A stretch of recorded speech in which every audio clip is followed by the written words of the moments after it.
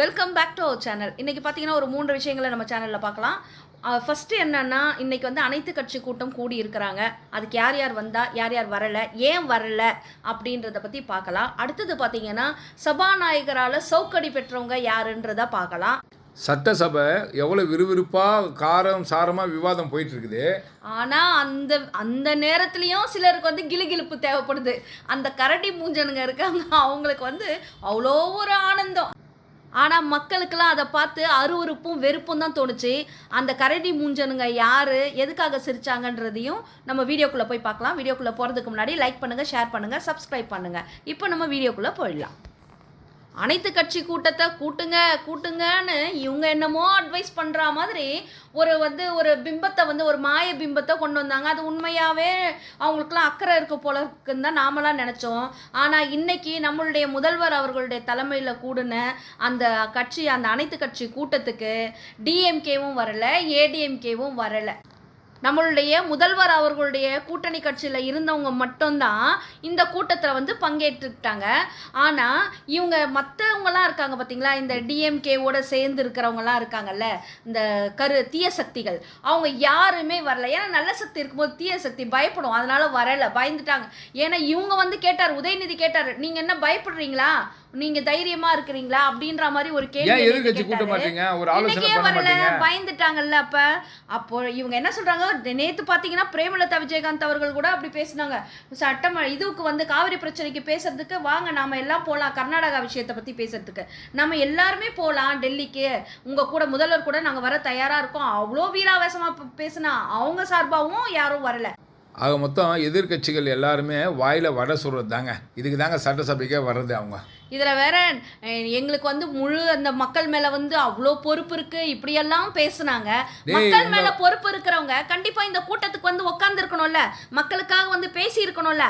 அப்போ சும்மா அரசியல் லாபத்துக்காக நானும் பேசுனேன், நானும் கேள்வி கேட்குறேன்னு சொல்லிட்டு நீங்கெல்லாம் அங்கங்கே பேச மட்டும்தான் செய்கிறீங்க. ஆனால் உங்கள் பேச்சு பிரயோஜனம் இல்லாததாக ஆயிடுச்சு. இப்போ மக்களுக்கும் இப்போ நல்லா இன்னும் வெட்ட வெளிச்சமாக ஆகுதுன்றது தான் நம்ம இந்த தீய சக்திக்கும் இருந்தாலும் சரி, இதர பல கட்சிகளுக்கும் நம்ம சொல்லிக்கிறோம். இப்போ நல்லா புரியுதுங்களா? மக்களுக்கு செய்ய வேண்டிய நன்மைகளை குறித்தும் யார் ஆர்வமாகவும் பொறுப்பானவராகவும் யார் இருக்கிறான்னா நம்மளுடைய முதல்வர் விஜய் அவர்கள் மட்டுமேன்றது நல்லாவே எல்லாருக்கும் புரிந்திருக்கும். அடுத்தது பார்த்தீங்கன்னா ஒரு சவுக்கடி வாங்கினாங்கன்னு சொன்னோம் இல்லையா, அந்த சவுக்கடி கொடுத்தது யாருன்னா நம்மளுடைய சபாநாயகர் அவர்கள் தான். இவர் பிரபாகர் சார் எப்படின்னா ஜெயலலிதா மேடம் கூடவும் இருந்திருக்காரு, அந்த சட்டசபையிலேயே இருந்திருக்காரு, அமைச்சரவையில். அடுத்தது பார்த்தீங்கன்னா எம்ஜிஆர் அவர்களுடைய அமைச்சரவையிலேயே இருந்திருக்காரு. ரொம்ப க்ளோஸான ஒரு ஆள் தான் இவர். ஸோ இவருக்கு எல்லா அணுகுமுறையும் தெரியும். அப்படிப்பட்டவர் இன்னைக்கு சரியான ஒரு சவுக்கடி கொடுத்துருக்கிறாருங்க. என்ன காரணம்னா, ஏற்கனவே மார்கண்டேயன் ஒருத்தர் நம்மளுடைய முதல்வர் அவர்கள் முதுகெலும்பு உடைச்சிருவேன் அப்படின்லாம் பேசினாங்க. பாளையங்கோட்டை ஜெயிலில் களி தின்னுட்டு இருந்தாரு இல்லையா? அப்போ அவரை குறித்து ஒரு குறிப்பை அவர் அந்த இடத்துல வாசிக்கிறாரு. வாசிக்கும் போதே அவர் என்ன பண்ணிட்டாரு, வார்த்தையால் செம்மையா விளாசி தள்ளி இருக்கிறாருங்க மனுஷன். ரொம்ப நல்ல மனுஷன், அழகான பாயிண்ட், அழகான தேவையான இடத்துல அவர் பேசுறாரு. அதையும் அவர் சொல்றாரு, இந்த இடத்துல பேசலன்னா வேற இதுக்கு தகுதியா வேற எந்த இடமும் கிடைக்காது, இந்த இடத்துல பேசி ஆகணும்னு சொல்லிட்டு அவர் காட்டமாவே அந்த இடத்துல வாய்ஸ் அவுட் பண்ணியிருக்கிறாரு. ஸோ என்ன காரணம்னா, அது உதயநிதி அவர்கள் பேசினார் இல்லையா, இரட்டை அர்த்தம் அந்த காவிரி பிரச்சனையை பத்தி, அதை பத்தி தான் அந்த இடத்துல சொன்னாரு. மார்கண்டேயனர் சாடி உதயநிதிக்கு கொடுத்த சவுக்கடியா அது இருந்துச்சு. அவர் கரெக்டாக சொல்கிறாரு, முதல்ல நீங்கள் எதை பேசுகிறதா இருந்தாலும், ஒரு அரசியல் பிரச்சனையை பற்றி பேசுகிறதா இருந்தாலும் சரி, இல்லை இரட்டை அர்த்தங்கள் பேசுகிறதா இருந்தாலும் சரி, எதை பேசுகிறதா இருந்தாலும் அருவருப்பு தக்க எந்த விஷயத்தையும் நீங்கள் பேசுகிறதா இருந்தால் முதல்ல உங்கள் குடும்பத்தில் உங்கள் மனைவி பிள்ளைகள் மத்தியில் இந்த வார்த்தை பேசலாமா அப்படின்னு சொன்னது.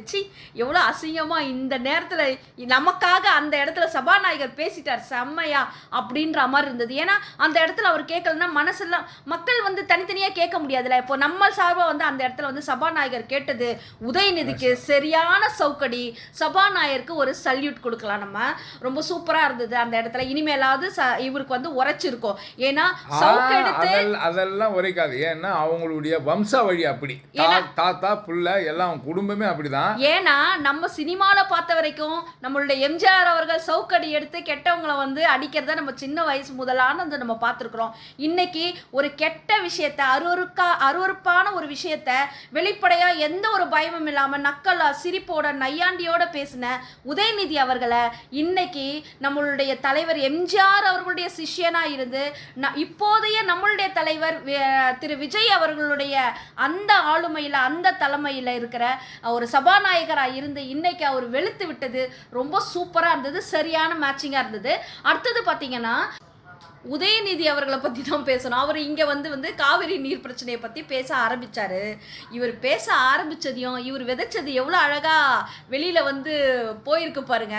அவருடைய கூட்டாளிகளான 2 கரடி முஞ்சனுங்க யாருன்னா செந்தில் பாலாஜி அண்டு அந்த சேகர் பாபு அவர்கள் தான். அவங்க பின்னாடி வரிசையில் உட்காந்துட்டு 2 பேரும் பரஸ்பரமாக சீண்டிக்கிட்டு இந்த வார்த்தைகளை கொண்டு அவங்க சிரிச்சது இருக்குது பாருங்களேன். எவ்வளோ ஒரு அருவருப்பாக இமேஜின் பண்ணி கற்பனையோடு அவங்க சிரிக்கிறதும் அதை ரசிக்கிறதும். சேகர் பாபு அப்படியே மேலே வானத்தை பார்த்து அப்படியே அந்த ரூஃபை பார்த்துலாம் சிரிக்கிறாரு. செந்தில் பாலாஜி அதுக்கு மேலே சிரிக்கிறார். நிறைய பேர் சிரிக்கிறாங்க, மெதுவாக சிரிக்கிறாங்க. இவங்க 2 பேரால எக்ஸ்பிரஷன்ஸை கண்ட்ரோல் பண்ணவே முடியல. அப்போ எதை நினைச்சு சிரிக்கிறீங்க? ஏன்னா இவர் பேசுன அந்த ஆபாச வார்த்தைகள் 2ஆம் அர்த்தத்தை பார்த்து தான் அவங்க சிரிக்கிறாங்க. ஆமா, இப்போ தெரியுதா சேகர் பாபு இவங்களோட தலைமை எப்படி இருக்குதுன்னு.